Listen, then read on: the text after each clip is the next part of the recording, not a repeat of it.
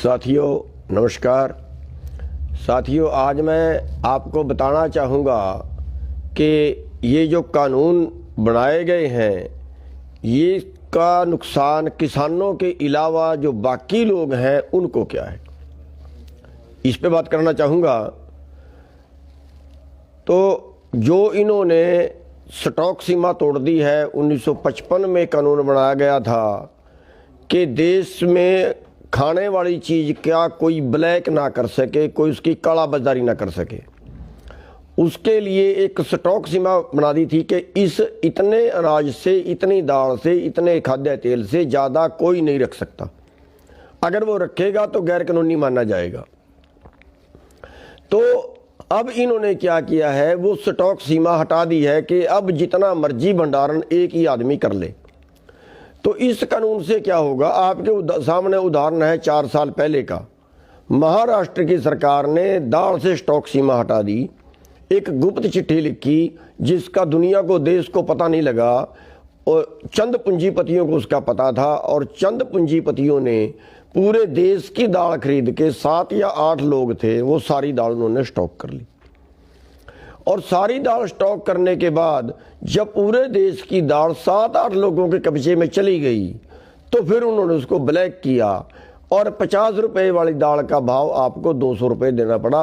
वो जो 200 रुपये किलो में दाल खरीदी, वो देश के हर नागरिक ने खरीदी। किसान का नुकसान तो उसमें कुछ नहीं हुआ। किसान ने तो जिस भाव उसकी पिछले साल बिकी थी, उसी भाव उस साल बिकी। लेकिन पूरे देश को जो अनाज खाते हैं, जो दाल खाते हैं, जिसने भी वो दाल खरीदी 200 रुपये किलो में खरीदी, और पूरे देश को की जेब से पैसा निकला, और वो उन 7 या 8 व्यापारी जो थे, पूंजीपति जो थे, उनकी जेब में गया। अब आप प्याज का लीजिए, किसान से प्याज 8 रुपये किलो बिका, और जब वो खाने वालों के पास गया तो 80 रुपये किलो तक गया। अब हमारे देश की सरकार ने कोई कानून ये नहीं बनाया कि भाई उस पर मुनाफा कितना ले सकता है, 2 गुना ले सकता है, 1.5 गुना ले सकता है, 8 रुपये का खरीद के ज़्यादा से ज़्यादा कितने में बेच सकता है। ये कोई कानून नहीं बनाया।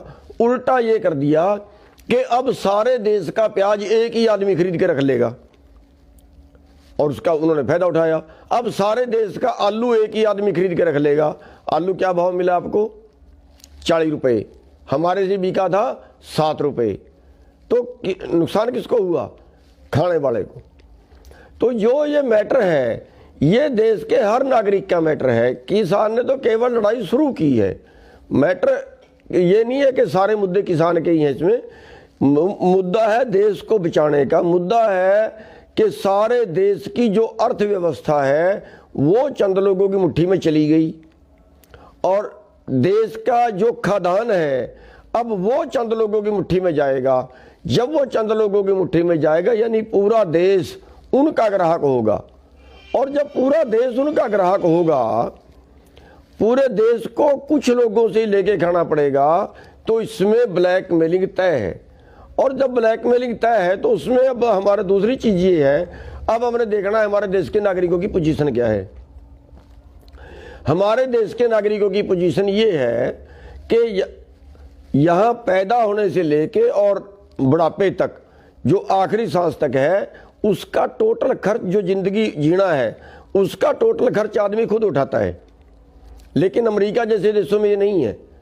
अमेरिका जैसे देशों में बच्चा पैदा होने से लेके और उसकी आखिरी सांस तक, इस सब का जिंदा रहने का खर्चा सरकार का है। चाहे उसका इलाज का हो, चाहे उसकी पढ़ाई का हो, चाहे उसकी बेरोजगारी का हो, चाहे उसके बुढ़ापे का हो।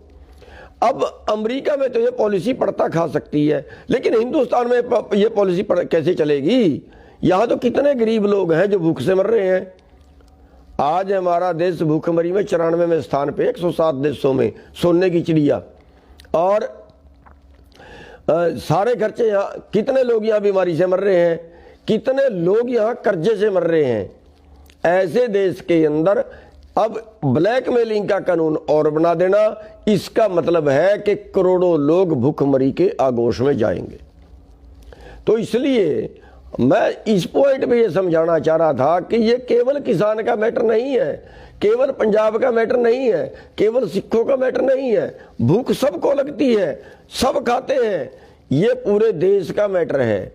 और लेकिन बीजेपी इसको कभी पंजाब का बोल देती है, कभी इसको खालिस्तानी बोल देती है, कभी कहते हैं चंदा पाकिस्तान से आ गया, कभी कहते हैं चीन से फंडिंग आ गई, कभी हरियाणा और पंजाब का कह देते हैं। ये लड़वा रहे हैं।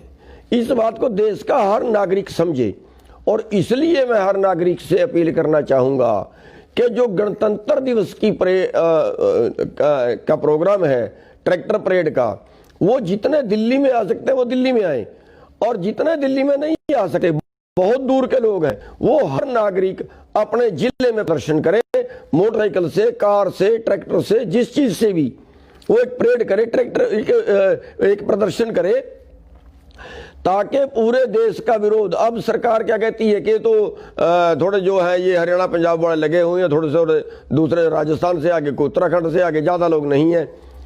अब पूरे देश का धर्म ये बनता है, चाहे वो कुछ नागरिक है, किसी बड़े शहर का भी नागरिक है, उनका सबका भी मैटर ये है। और सब नागरिक 26 तारीख को सड़क पे निकल के एक प्रदर्शन करें, एक परेड हमने उसका नाम दिया है, एक प्रदर्शन करें कि लोगों के सामने, सरकार के सामने एक विरोध जाए कि ये विरोध पूरे देश का है, हर नागरिक का है, केवल किसान का नहीं है। और देश जो है वो कारपोरेट को नहीं बिकने दिया जाएगा। कारपोरेट पूरे देश पे कब्जा नहीं कर सकता। देश आपका है, देश बीजेपी का या किसी का नहीं है, कारपोरेट का नहीं है। इसलिए मेरी बेनती है कि 26 तारीख को हर नागरिक इसमें, इस आंदोलन में शामिल हो। सबका बहुत बहुत धन्यवाद।